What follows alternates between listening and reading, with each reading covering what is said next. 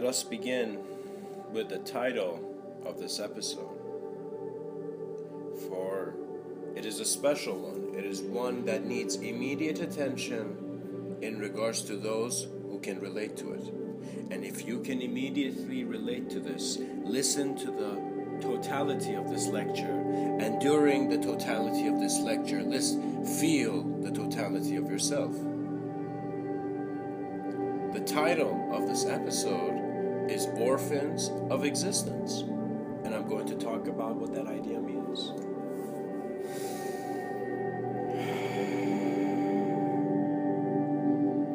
We see that as we develop through in this life, there are those who progress slower than us. There are those who progress at points where it does not even count as progression, and you wonder of the value of human life.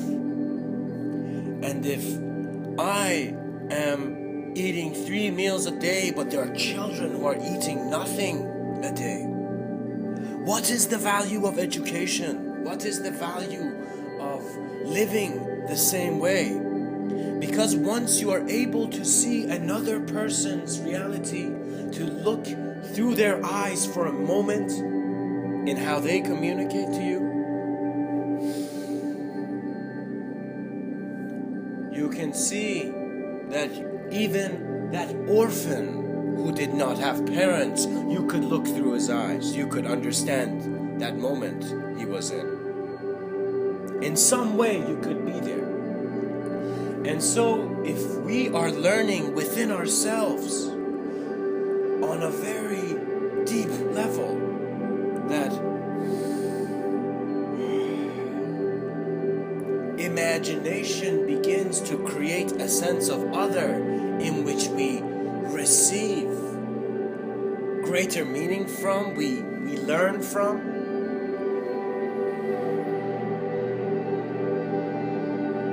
The omniscience of the self is truly seen. Now, when we think of an orphan,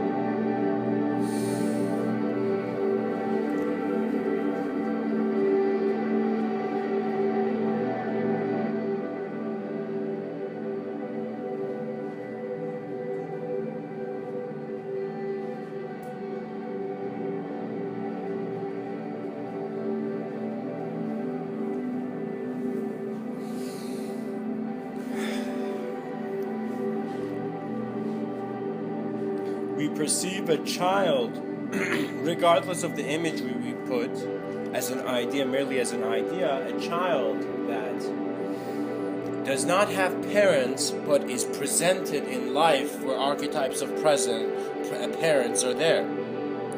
An orphan of existence can simultaneously and very poetically mean, so in other words, I'm going to do a jump into how existentially, this is for the eyes of the mystic, that you find yourself in a moment where you're no longer searching for life's questions in textbooks or in anything that could be a response, and you enter in your silence because you cannot ask this question. There's no answer that can satisfy the longing you have to see where it leads, where your truth leads. Truth eventually comes down to your immediate moment, and in your immediate moment, even when it's there are many ideas that layer it. And as these you look deeply enough through the idea by knowing that your existence beforehand. In other words, when your sense of existence as a being looks through your idea to see that it is not that idea, it is as if many plants on a vast field have sprouted suddenly out of nowhere, out of the dirt, out of the bottom of mankind. So if I find myself as a being presented in the dirtiest areas, in the lowest levels of mankind's manifestation, I shall walk with the knowing of existence, and I shall not think of my truth, because my truth is not one to speak about. It is not one that language can understand if it was sitting beside me and I was explaining to it the meaning of life. Do not limit yourself in that which you do not feel is that feeling of being there. It's a longing. It is that knowing that you deserve. And what you deserve should not be corrupted by the idea of perhaps the sin of desire. So let us go in the eyes of this orphan. For now we have forgotten about everything else, and we see that we have opened our eyes and we're on a bed. And there are many other beds in this building, and many other beds in that room. And so you see that you have woken up not to the sense that your parents are waiting for you, or any other person of your family, but the sense that this is another day, another sense of new, another sense of what's going to happen next, because that orphan who is standing there is royal in his view, because there's a sense of nobility, because they see that I do not have and I am fine with it. I do not have it, but I shall continue. It's not that even I should want to continue. It's nature will push me through. Nature will push you through the moments that you think you're about to fade. And nature is very gentle, because look at the gentleness of animal life. Look at the gentleness of plant life. Look at the gentleness of everything that is gravitating towards the stillness of life, that is always observant of the motion. And so that same orphan will find himself associating at times with the rock in the river rather than the river that's dodging all the rocks and flowing freely. And even both ways, it is not one of difference, because even the rock's wisdom is one of wisdom. There are many layers of wisdom, because you can see how many human beings are opening up to their own existential understanding, meaning that they begin seeing how the value of your memories change, because you begin to see a different quality of life. In other words, when one discovers that we do not have that which we, in a sense, know we have, what happens then? What happens in the mind of the seer who has seen the greatest vision? What does happen then? Please tell me. And, you will see nothing will happen, and silence will happen. And the seer will come back to the couch after being whirled into the cosmos and sit and wonder what the next words would be, and there will be none, because the silence of being is full. It is fruitfully full.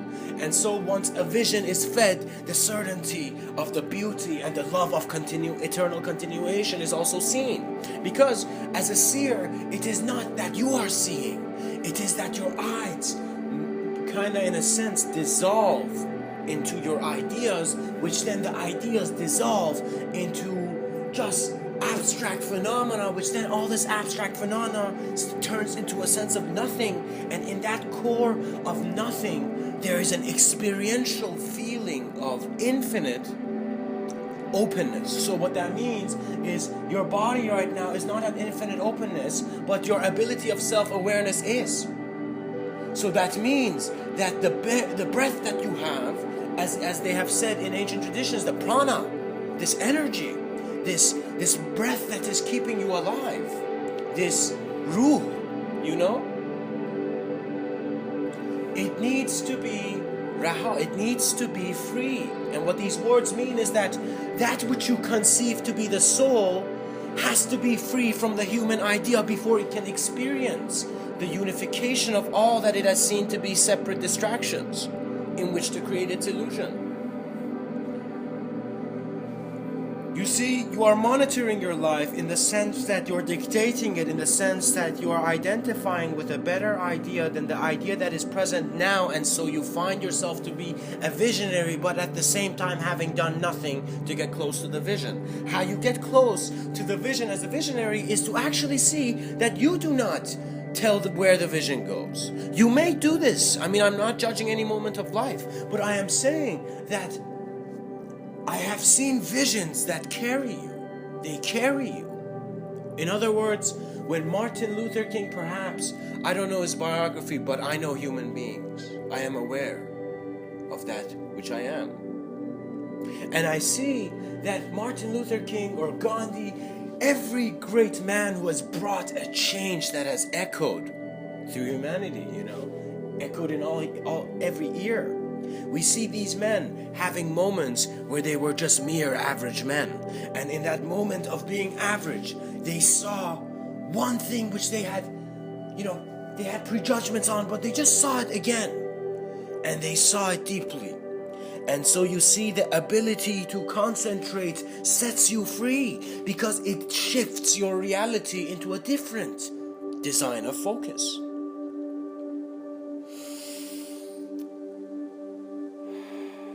And you see that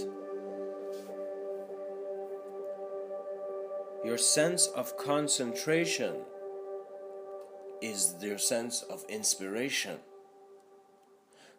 Why is it that some leaders do not listen to those who are, who they are leading? It is because the leader is not your leader. Exactly. There is no other human being that is your leader. There is no other idea that is your leader. There is no identity at some point after you have entered the mystic's eyes. That there is no leader.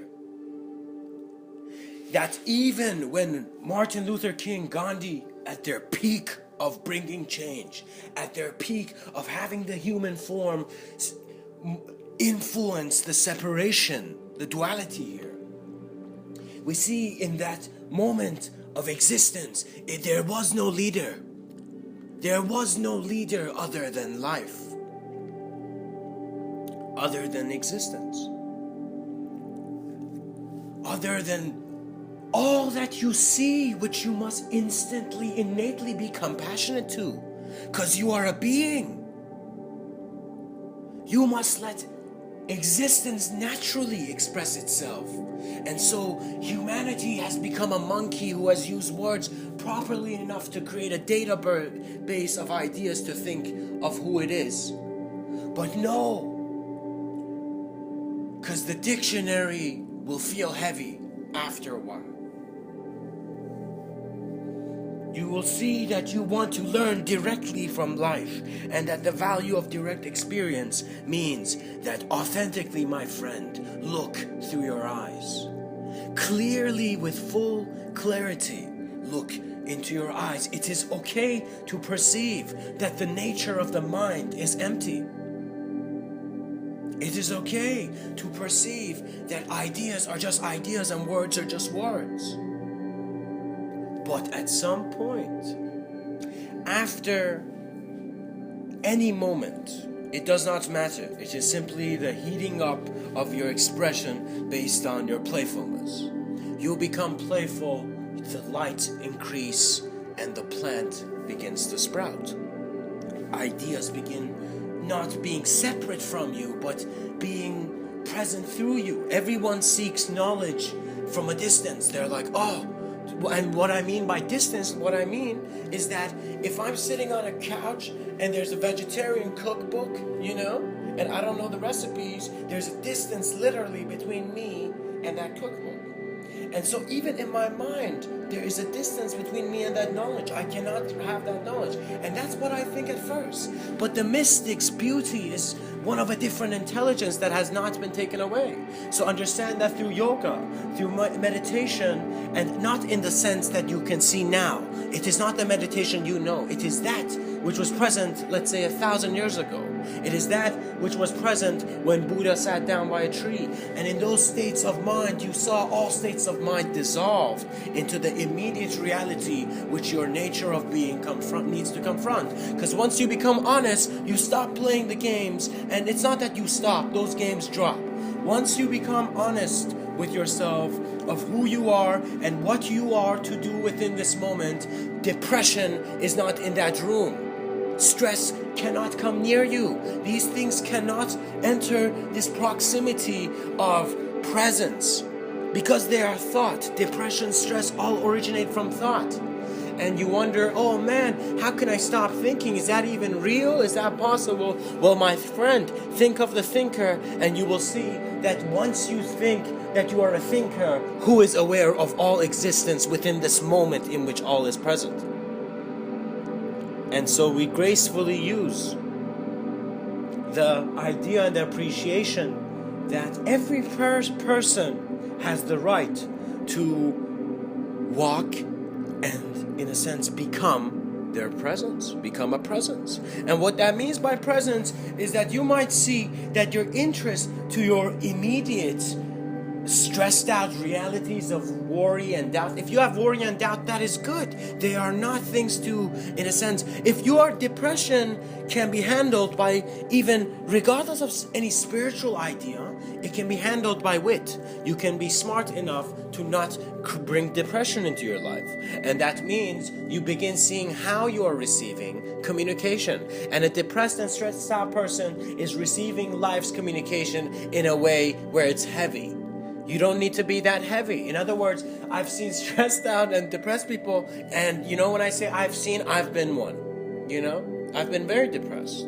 But in that depression, it was like diving into a deep pool and getting your hand and you see that the air is less, but you're swimming to touch the bottom of the pool, and the air is less, and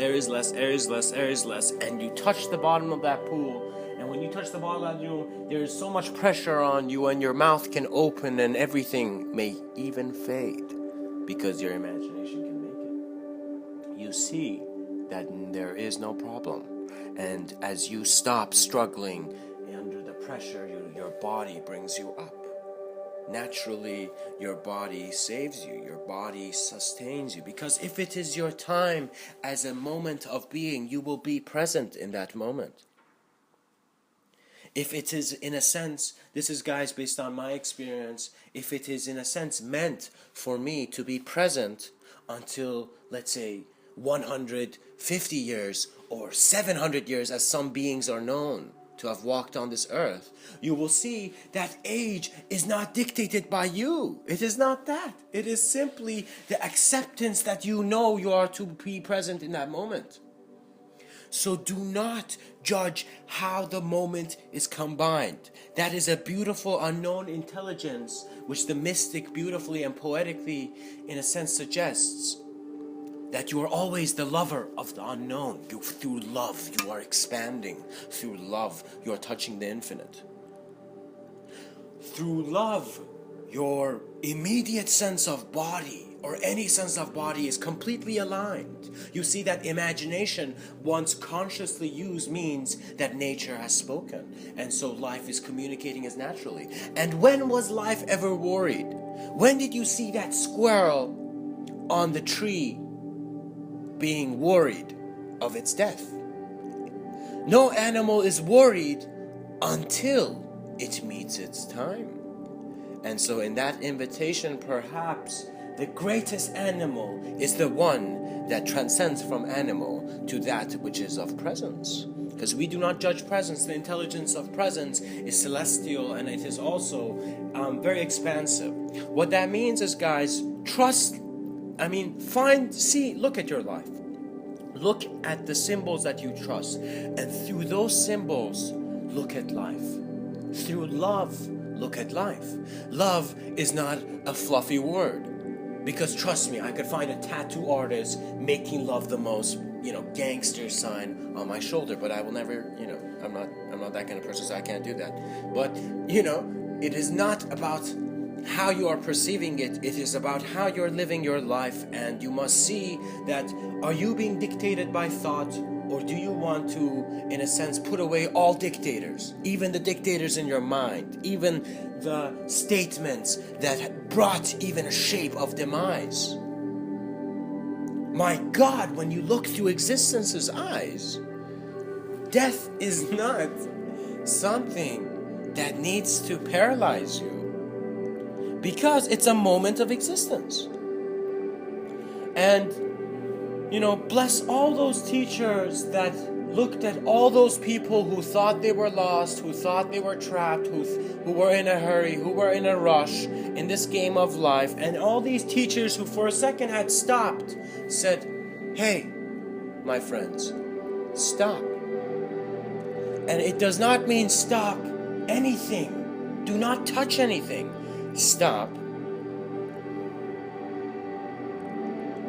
And perceive that all that is form, all that is shape, is an object of experience, which is being made aware of by an experiencer.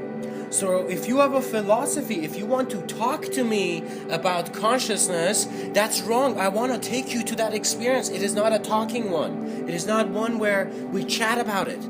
I mean, I am using certain poetic landscapes to, in a sense,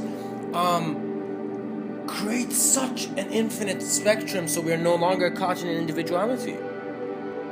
Because it is your borders that suggest how much you feel limited. And borders means is that some people say, oh, I wish, we take the borders of the nations away and we have one global thing. But in their mind, they have judgments against their neighbor. And they do not understand that they have bordered a sense of self that is not compassionate enough to put down the sword and to look at what is there.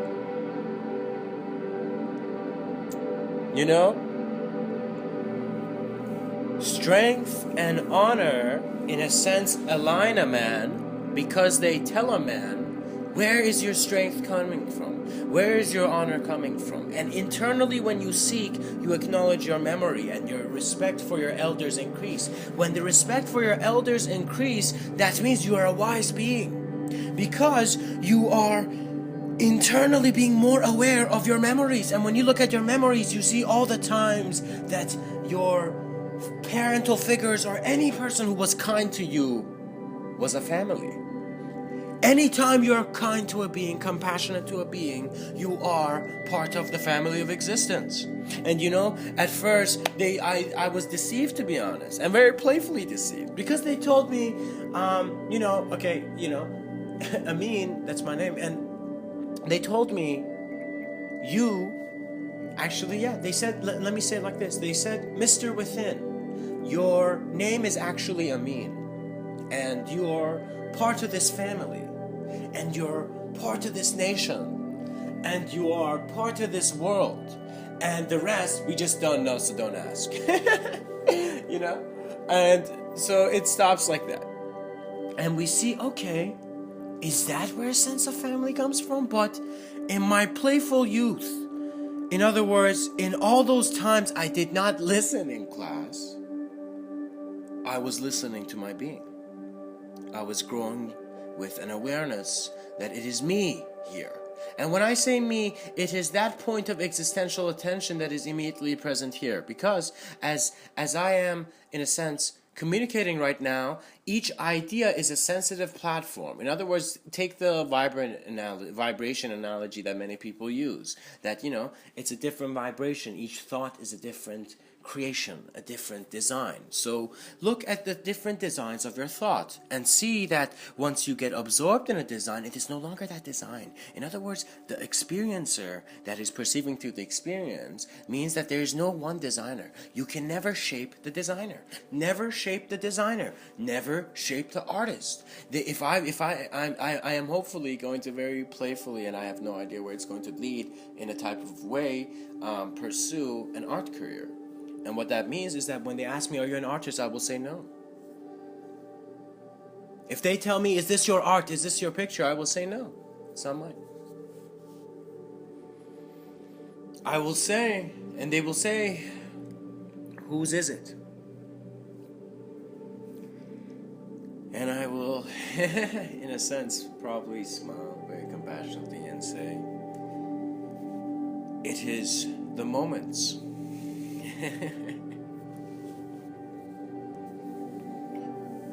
And, you know, the orphan sees that it is not orphaned by its family. Because, you know, you can have your physical way of life being perfected, in which you have amazing family, friends, objective, you know, everything. You have the perfect luxury. In other words, you were born and you saw the wealth that you were given. And you're like, wow, I'm born on a gold mine. And so you saw who was on top of that gold mine, and it was the father of your father's father. And you're like, this gold mine is mine. I deserve to be here.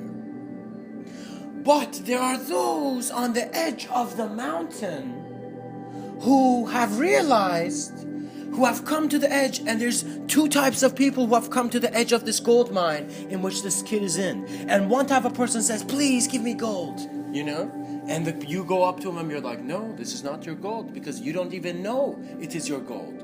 You don't know the value of it. How could it be your gold? And this is what the son says to that first person that comes and says, give me gold, you know, give me something, rich guy, you know? Eventually, there is a stop, and the son rejects it and leaves. He sees the second man is not someone who's asking for money. It is a man who is still, and that there's a sense of chaotic presence there in his stillness of gaze. And as this young man on this gold mine, on the edge of this gold mine, you know, on the edge of this wealth, looks at who it is, he sees it is a mystic. It is a man who is there not asking for anything. This man has renounced life. This man has given up sex, everything, money, anything like that. He is only wearing a cloth and having a wooden bowl. And he is looking in the eyes of this prince in a way. And he is saying, I am here to save you from yourself. And once this mystic, once this yogi has spoken to this prince, you see that existence roars and volcanoes erupt in the distance, and enlightenment may be originated in here, but its expression is beautifully seen everywhere. And that once the man who thought he was trapped in his dream, in his illusion, is enlightened by the moment of his own existence, of his being. The light that shines is one that cannot ignore everything else. You cannot ignore everything else. Compassion blooms. Compassion blooms for self, for ideas. You eventually see that you can treat ideas as human beings even. And what that means is that you can put that imagery.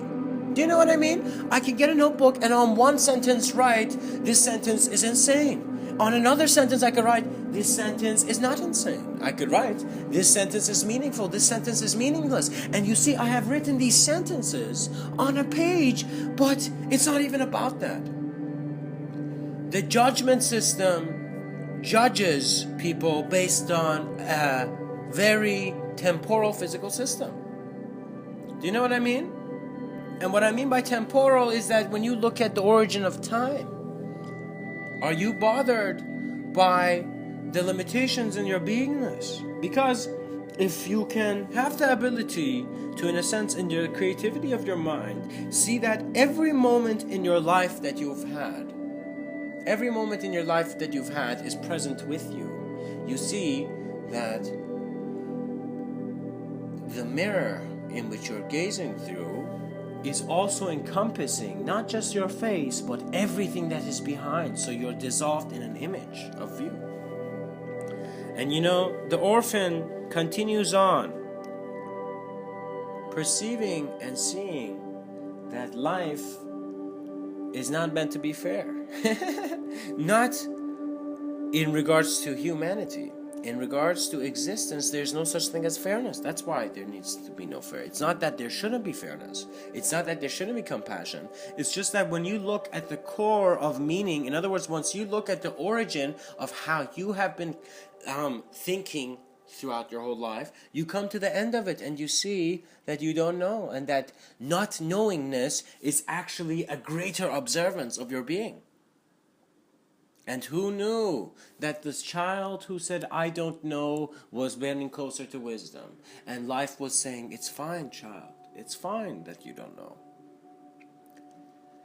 And the mystic will tell you that even the mystic does not know. But when the mystic, you look at him, he's present in all-knowingness. Being present in all-knowingness means that you do not need to carry information. That means the orphan knows that eventually what happens to him comes down to his eyes, because it is an ability. The orphan is given a moment to no longer see attachments to life such as love, but not like, in a sense, if you're perceiving a relationship of ideas that can also judge the physical is not an idea. This couch is not an idea, but through an idea I can see the presence of how it is created in a holographic way. The sense of having an idea brings forth the hologram to begin with. Because without having ideas, you're present eventually into a sense of meaninglessness. So if we see that all our questions are made in the vicinity of language, once we have leave that turf, we no longer have feet. And so we no longer ask questions.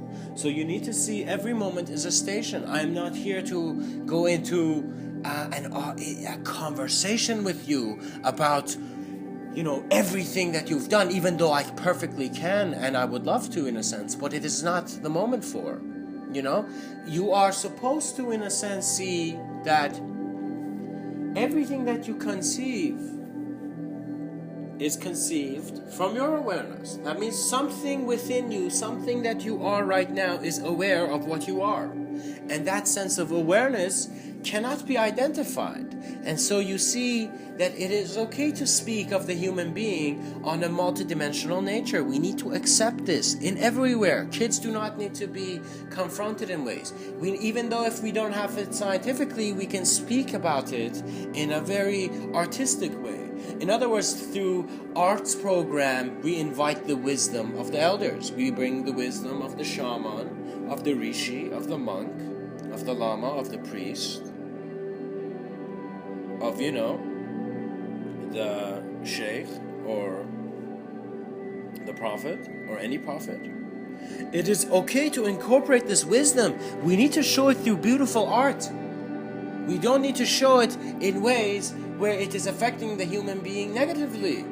In other words, guys, the story of Jesus is one of the most beautiful stories of humanity I've ever heard. But if we are taking connotations and we're taking it literally, then we're destroying the art. What that means is that if someone has drawn an art painting and there's an audience of people, and I tell the audience of people, guys, close your eyes, they will not see a single thing of that painting. And you see what that means is that you need to be sensitive to sight. You need to love what's in front of you. You need to appreciate it. You need to be gentle with it. You don't need to judge yourself.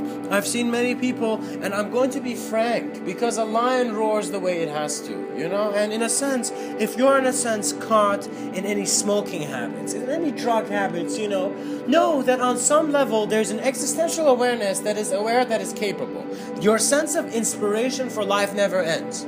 The Buddha had a period in his life where he didn't do drugs. No, there weren't drugs back then, but he stopped eating, and he just, in a sense, was reaching the point where he hadn't eaten for so long, he was dying. His skin was, in a sense, melted, eventually showing the outline of his bones. And at the end, where he saw that, damn, he is too weak to even stand, he, for a second, just visualized and learned that that was not the path. that it doesn't matter how low you take your body in this reality. It does not matter where your search has taken you in the darkest corners of your imagination that you can be in, you know. But you see that is not the way. You just get it, because life is one that thrives. It continues. It dances. It runs towards eternity. It's not something I'm saying, guys. Even Mr.Within, I mean, like, regardless of the words that I'm saying, you will see the beauty in life's continuation. Before you can even talk about soul, spirit, and eternity and infinity, you must first perceive the beauty of the present moment. And through then, you may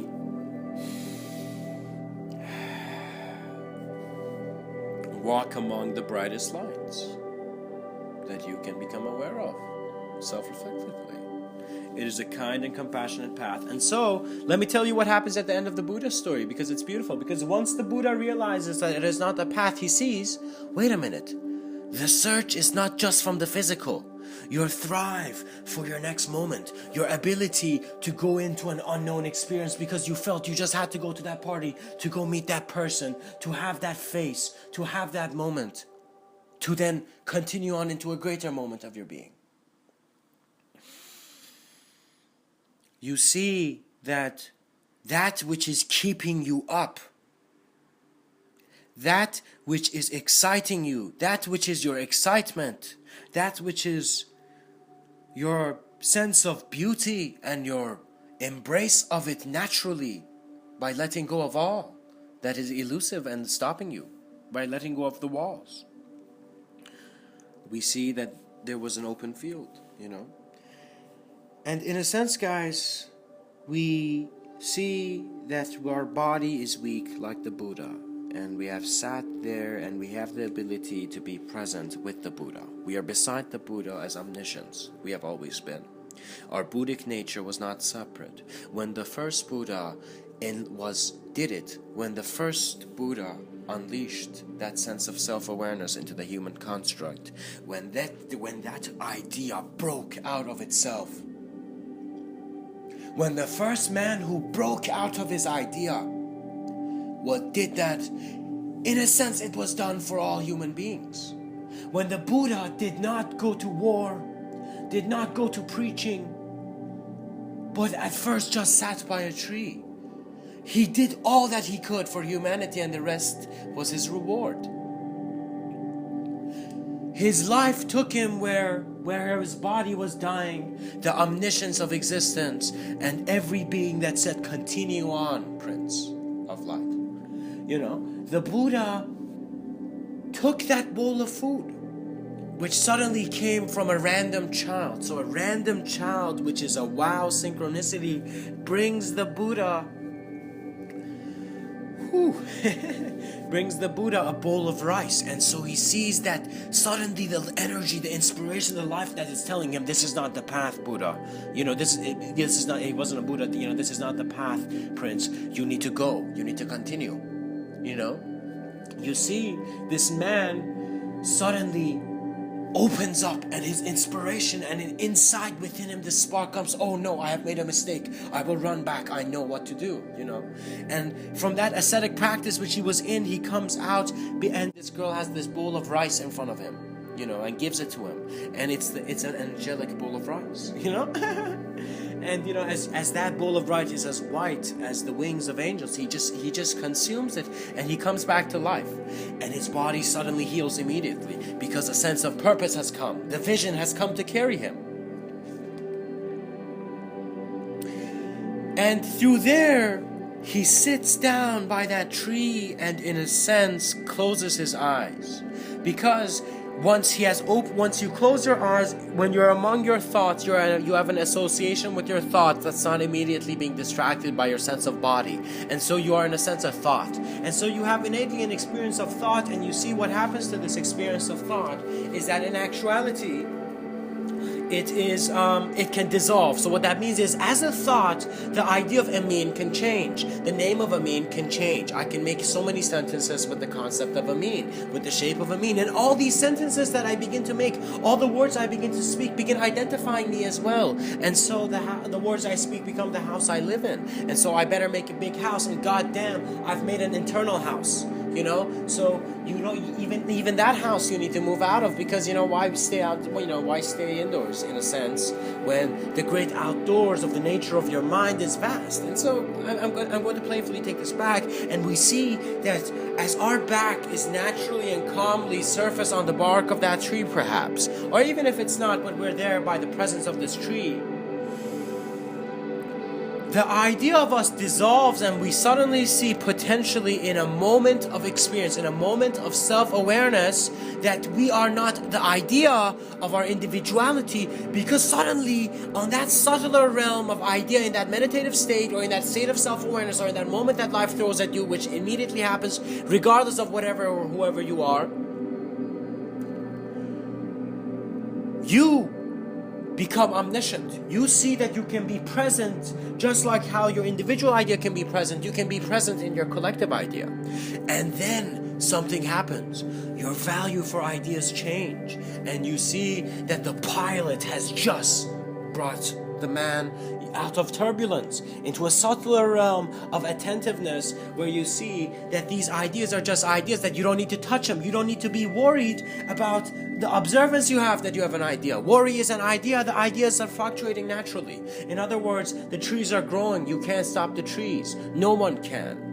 No amount of elite power can stop the life force, because many people are afraid, in the sense that they say, oh no, there are those who are going to destroy the earth. But guys, extinction is not destruction.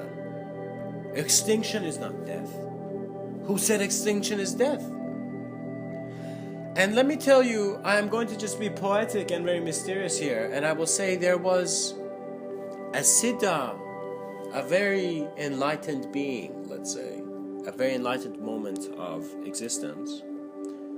See these words, how I'm saying it. A very enlightened moment of existence, which through a human presence, they were known as Siddhas, these meditators, they would, in a sense, dissolve into omniscience innately. They would have it, they would be it, and they would know it. It's just a remembrance. They weren't just cluttered by thought. They were seers of thought, always.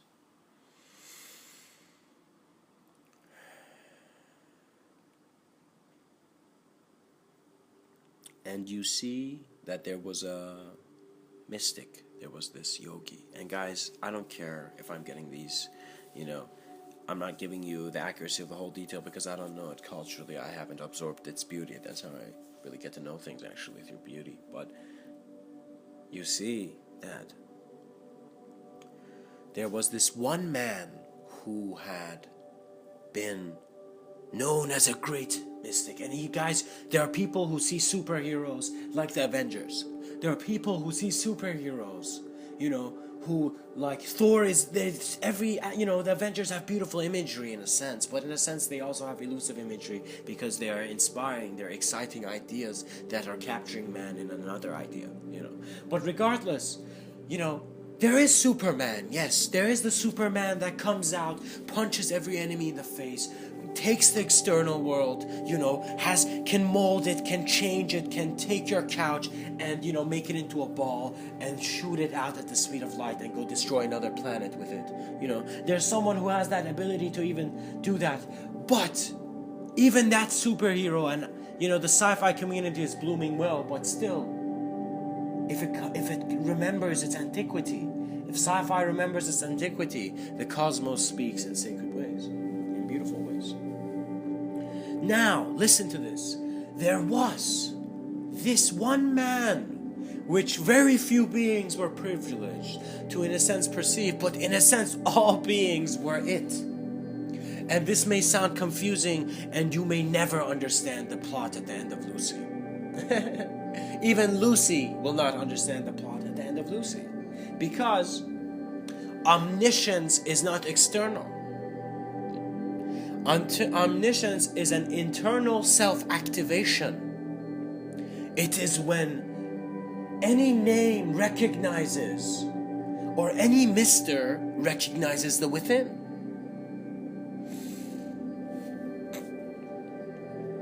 And so the possibility of infinite shape has connected to nothingness, through all this connection.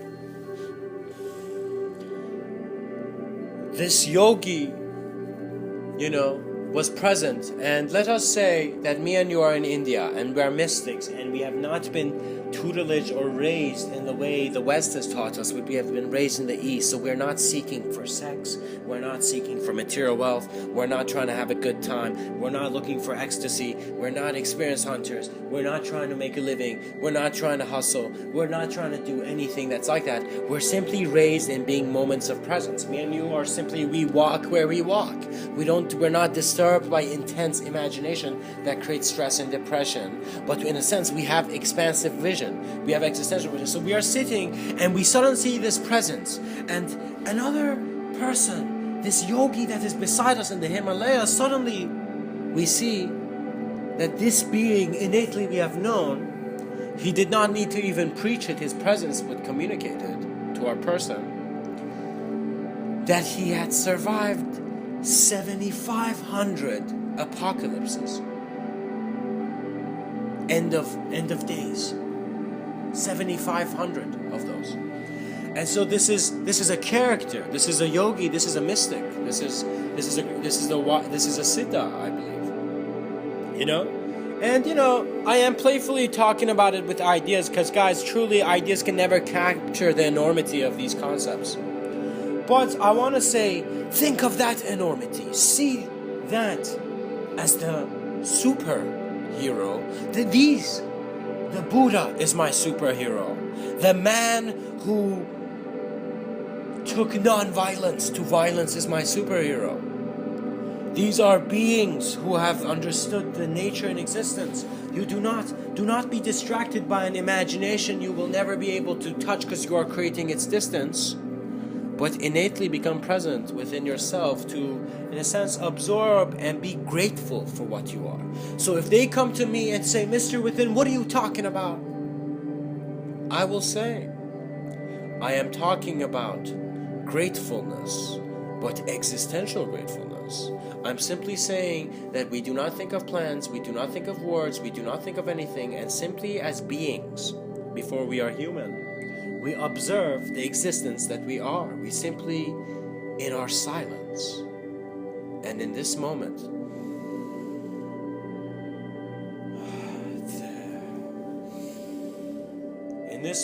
every mask that we have perceived ourselves to be real through, we acknowledge as a great gift and opportunity to have perceived a reality.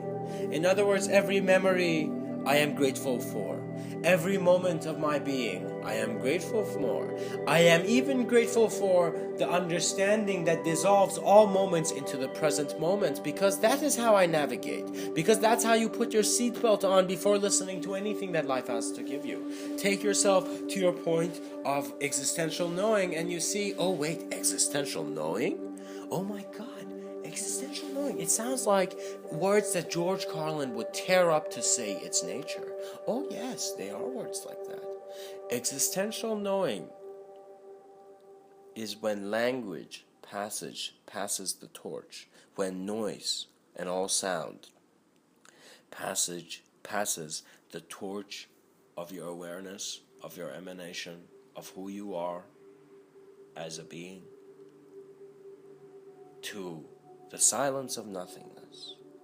So you see that it is beautiful. There are many senses of rebirth in which a human goes through meditative practice, or in a sense cognition or metacognition, or whatever you want to call it.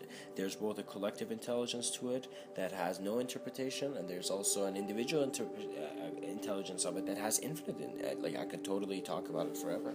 The reason, guys, I talk very comfortably, and I, in a sense, try to, in a sense, give you exactly the clear thought that is there, and the way I try to do that is not by thinking about it, actually, by getting rid of my idea. So I, in a sense, dissolve my identity by becoming an omniscient observer of the moment where I am communicating everything that I'm communicating. And it is innately there, and this is a life ability that you have naturally as observance, you know? So think about that. Oh man, I'm broke. I can't go buy books. I don't have access to a computer. I have nothing. Well, don't worry, man. You're fine. There are people in the Himalayas who are, getting that kind of reception still. So you're like, okay, I've been interested in my phone's reception. I've been interested in how my relationship partner is receiving me. I've been interested in how life is. Wait a minute. Have I been interested in how the unknown moment of existence in which there is a sense of omniscience in? Have I been aware of this? You see, you must not be distracted from being observant to ideas. You need to read the ideas which you feel you need to read. So what that means is, guys, I'm going to share a method here. And it's kind of a habit I've had when I was young. So, you see, there are many books, and we have books, imagine. And I want to say that you don't need to read books like that. I sometimes don't read books like that. I sometimes get this intuitive feeling, and I just go into a bookstore. And when I go into a bookstore, I just for a second just go on autocruise. What that means is for a second I just relax, and I just go into the state of being where I have no ideas, but I see all ideas moving, and I see all these ideas naturally aligning my body, and I just naturally go to a bookcase, open a book, and look at it. And when I say naturally aligning, guys, you are aware of it completely. It is not something you are unaware. Some people have fears where they're like, oh, what is happening? Do we know what's happening? Oh, it's unknown, and it's dark, and it's bad, and the unknown is something you shouldn't touch. God damn it. If the unknown is something you shouldn't touch, how are you getting an iPhone 6? How are you getting creativity updates?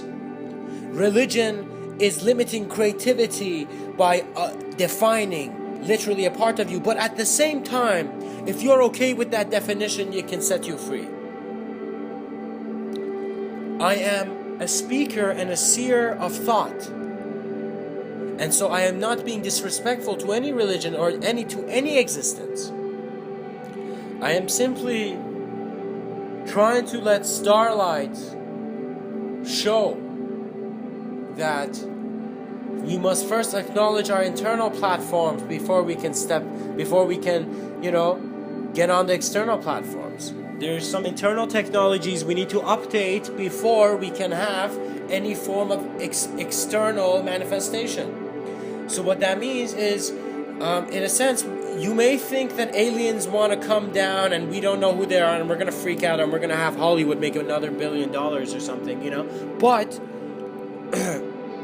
you may then see that internal technologies developed by natural observance, so it doesn't matter, you just need to perceive. It doesn't matter even, there was this guy what was his name? Charles Manson, who was an interesting fellow. It's like he was kind of like, he had attained some kind of like meditative yogic idea in prison, freedom, where he was experiencing simultaneous realities, which is a very beautiful thing because you don't really experience it.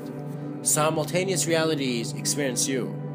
And you're in a sense very compassionate and grateful because it is a moment in which your collective has kissed your forehead as an individual. And in that kiss you have seen that you have never been that individual. And so you are openly free to observe your being, always. It's sometimes, you don't need complex stories. The next levels of it are internal practice. In other words, you got to go internally do some things. You're contributing externally, right?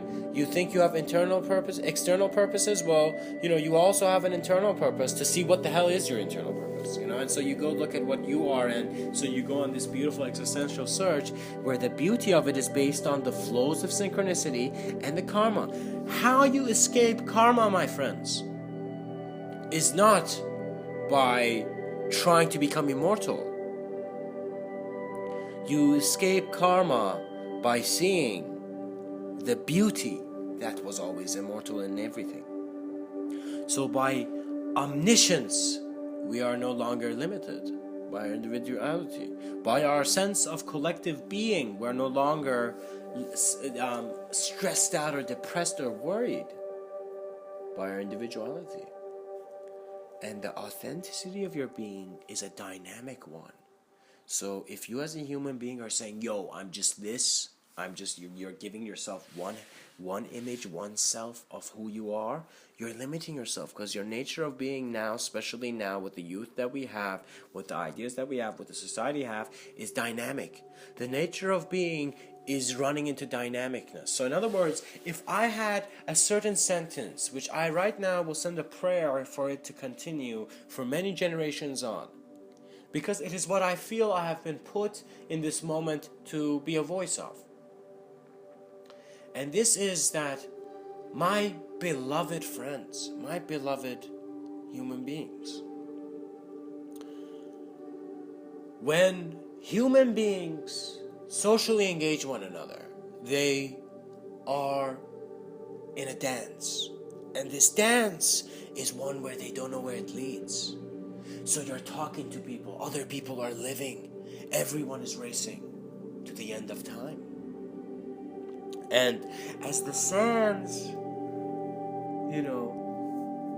begin to drop themselves onto the top of the dune of this hourglass, we try to become transparent. We take our focus of an end into a beginning, and the beginning into an end. That is how we lift our wings. We acknowledge both sides of the spectrum. We bring the light and the darkness, and we give its color to every circle that could be separated. And so, I want you to see that if you are in any sense of, let's say, you might be unhealthy right now listening to me. You may feel that somewhere in you, you're like, damn, I'm living an unhealthy life. What you do is, let's say you are lighting, a cigarette. Let's say you're drinking alcohol. Let's say you're smoking a joint. Let's say you are taking any substance. Let's say you are depressed. You're taking ideas like drugs, Let's say you are taking, whatever. You're stressed out or whatever.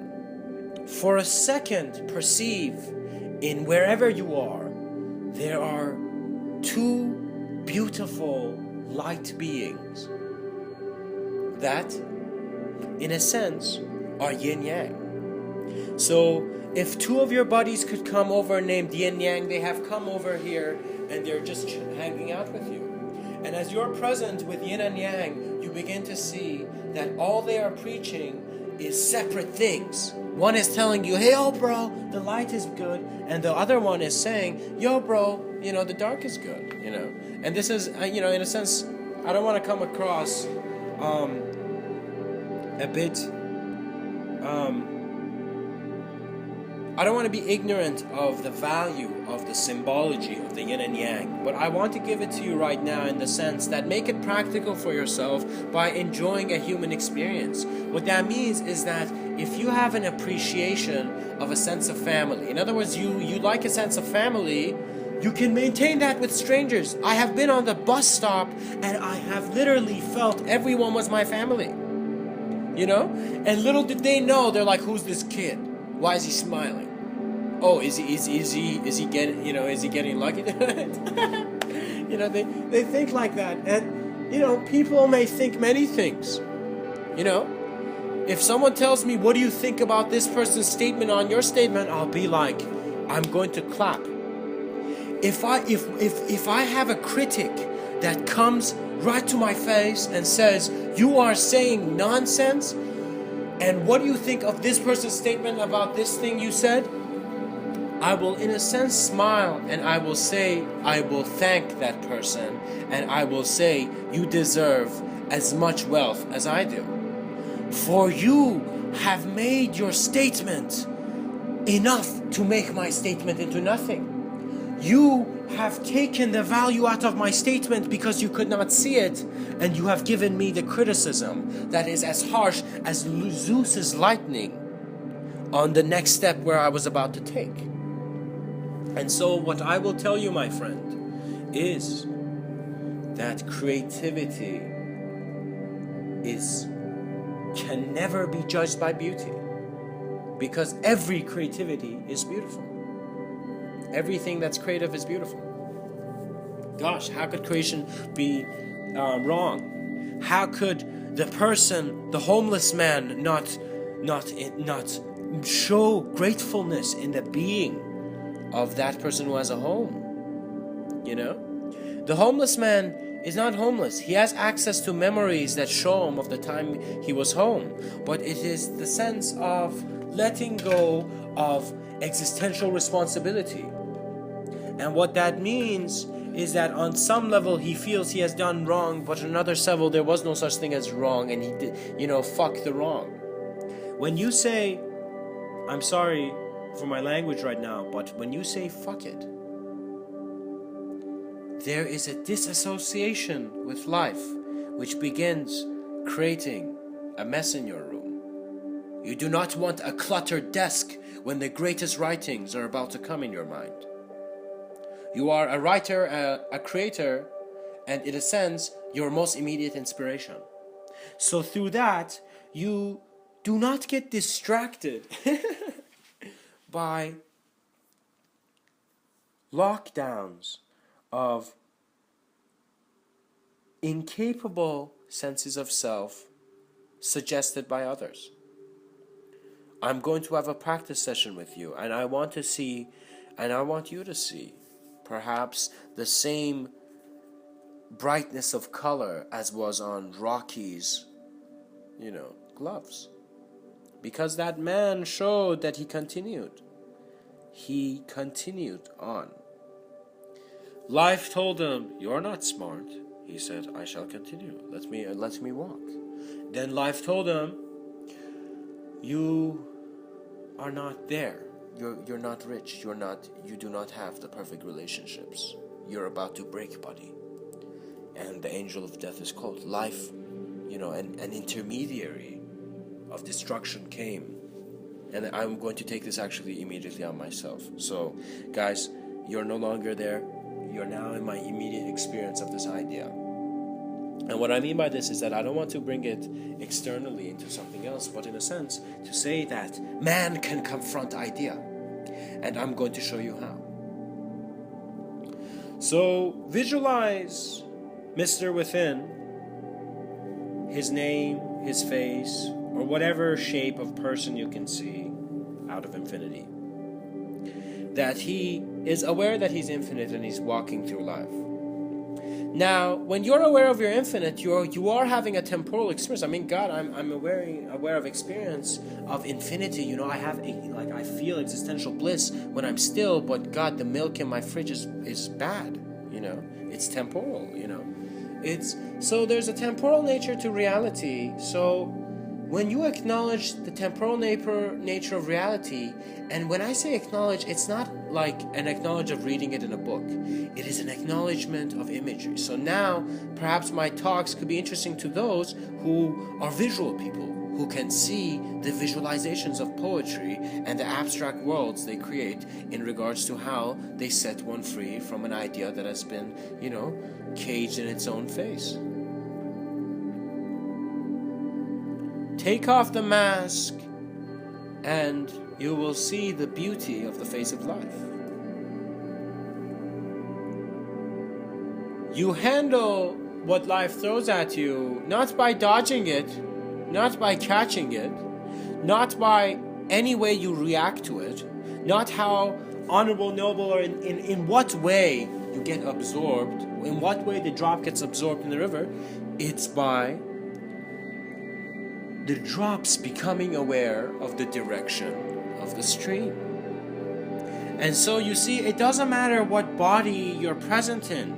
If you can sit down by a tree and for a second see the enormity of existential eternal passage, which has been everything that has been expressed so far, you get a wisdom that is calm.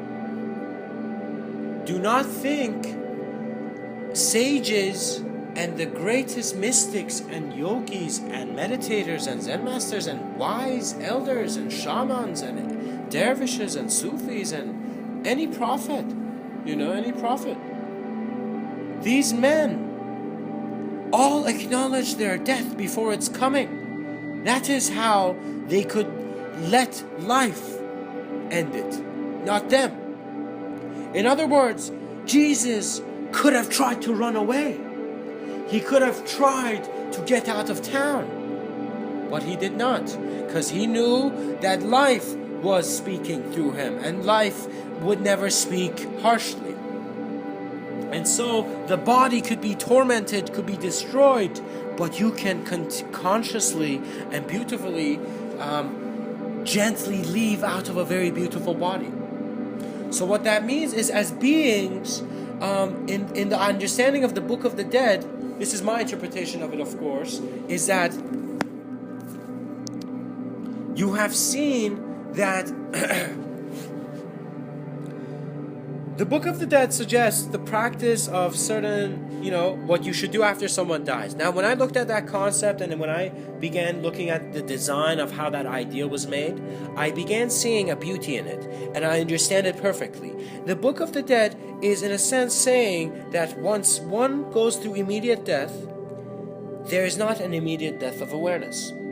There is an immediate death of your body, of your shape, of the form, but then there is an awareness of that in stillness. So what can be perceived in utter chaotic movement can be completely perceived in the other side of the expression, on the other side of the spectrum, which is an infinite sense of calm and gentle order.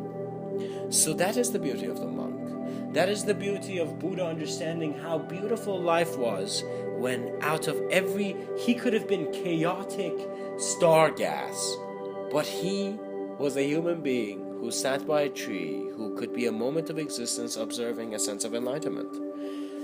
And goddamn, that's an amazing roller coaster ride, because now we can, if you suddenly are, in a sense, made aware of a sense of existential responsibility, you begin absorbing, in a sense, your mind suddenly finds the ability to carry simultaneous projections of your immediate reality. So what that means is that when we look at the mind of man, and the orphan of existence might feel even, wow, I'm such an orphan that I did not have parents, and even this talk has gone away from me. But that orphan of existence knows that the harshness of life is a greater lesson. So I will tell a story my grandfather, in other words, said. My grandfather, when he's a good man. I didn't know him really that well, but I knew, I had acknowledged his being. And he said a story. He said, guys, don't hurt anyone. He was a wise man, and he wrote poems, funny enough. And he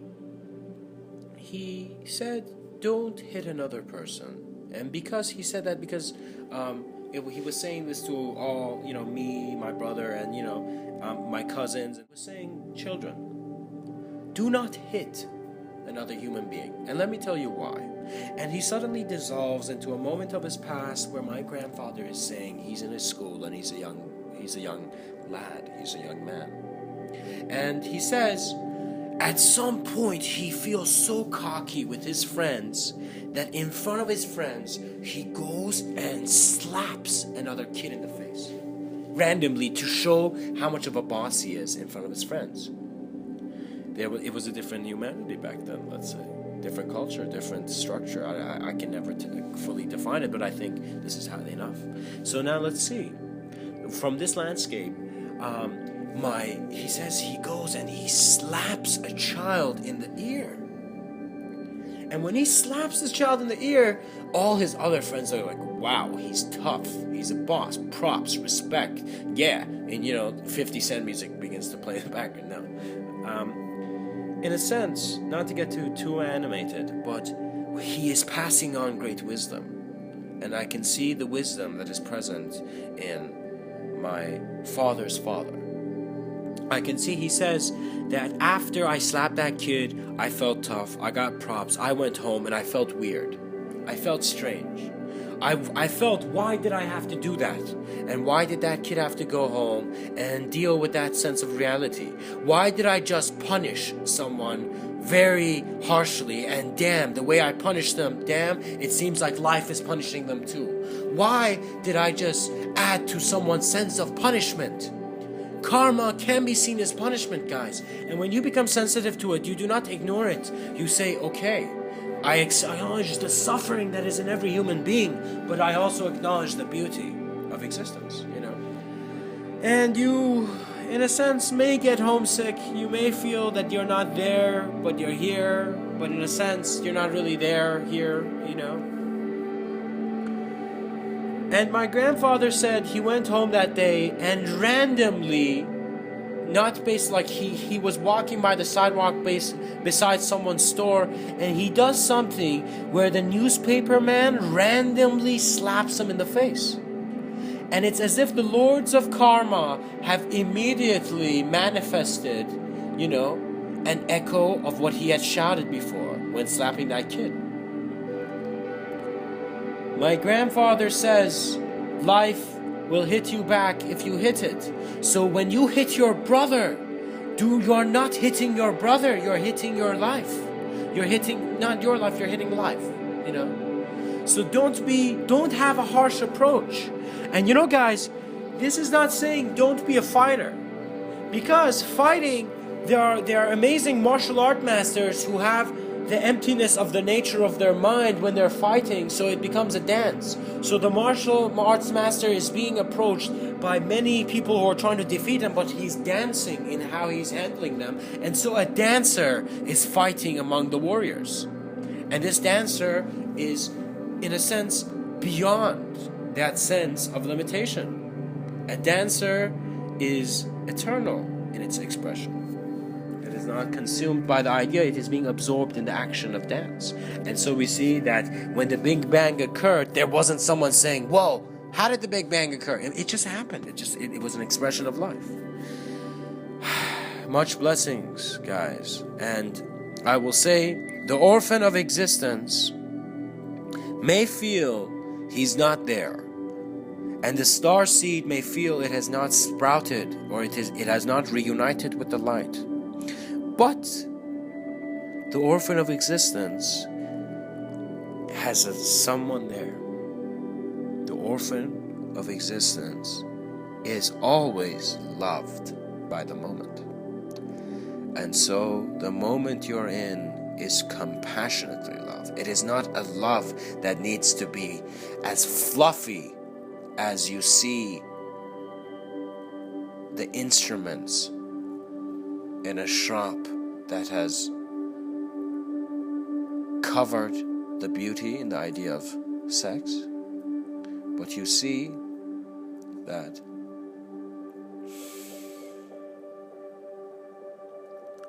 an orphan of existence carries on and continues on into the eternity of chaos,